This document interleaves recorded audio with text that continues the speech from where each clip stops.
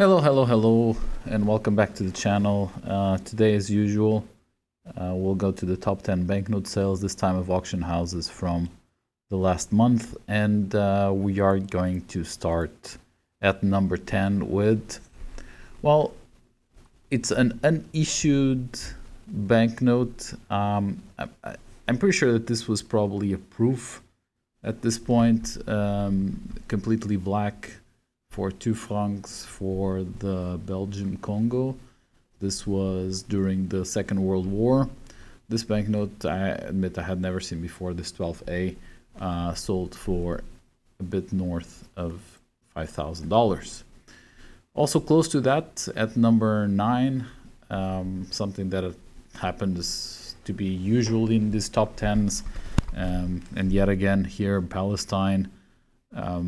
Pick 8D, a very sought after series, as we all know, extremely fine, around $5,500. Next, we go to Iraq, and this was mostly from all the Spink auctions this month. From Iraq, pick 13, almost uncirculated, there with the king at the very young age. There's even one where he's a baby. It's the previous series to this. But here, from 1941, a quarter of a dinar sold for around $5,800, $5,900. And from there, we go to the 7th most expensive one, and it's a specimen from the Dutch Antilles. I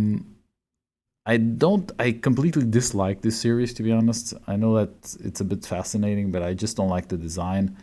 But of course, this is relatively sought after, around $6,500 for this in almost uncirculated specimen 85S.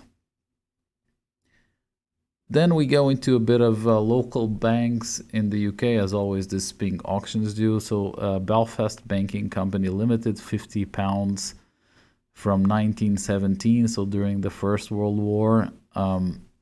Never seen this one before. It's in relatively poor shape, sold for closer to $7,000.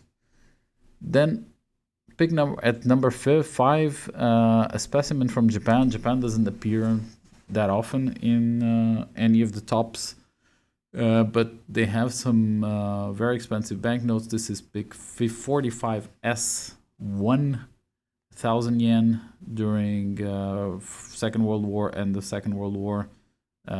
Beautiful specimen, almost uncirculated. Great banknote if you can get it.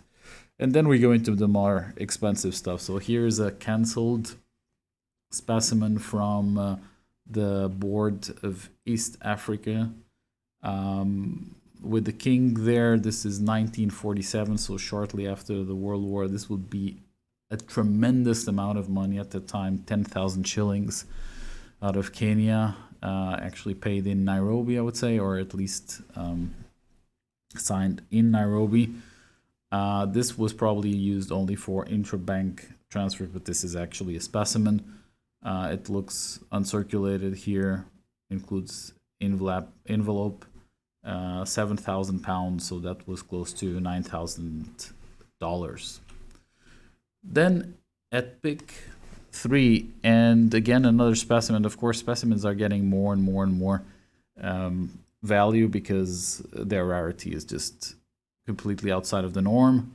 This one, not legal tender specimen, only with the number 368 from the Malaya and the Board of Malaya currency, basically. Signed in Penang.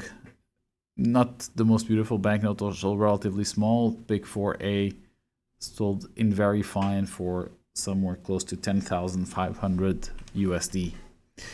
And then we go into the top 2.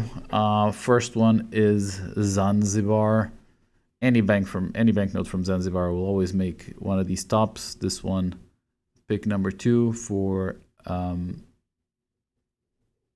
how much is this actually? For 5 rupees, in a very poor condition, actually very fine. I would say this is more fine than very fine.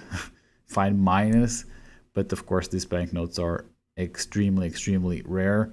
This one sold for 18,000 pounds, so that's around 22,000 USD. And this was not the most expensive one. The most expensive one is, again, Bank of Malaya, or Malaya Currency, or Board of Commissioners of Currency of Malaya. This time, pick number 5, also the same serial number, A1000368. Also very fine banknote. This one sold for 23,000 pounds. The estimate was between 4 and 7. It sold for close to $30,000. So there you have it. This was mostly from the Spink auction from last May. Thank you very much for watching. I'll see you next week. Bye-bye.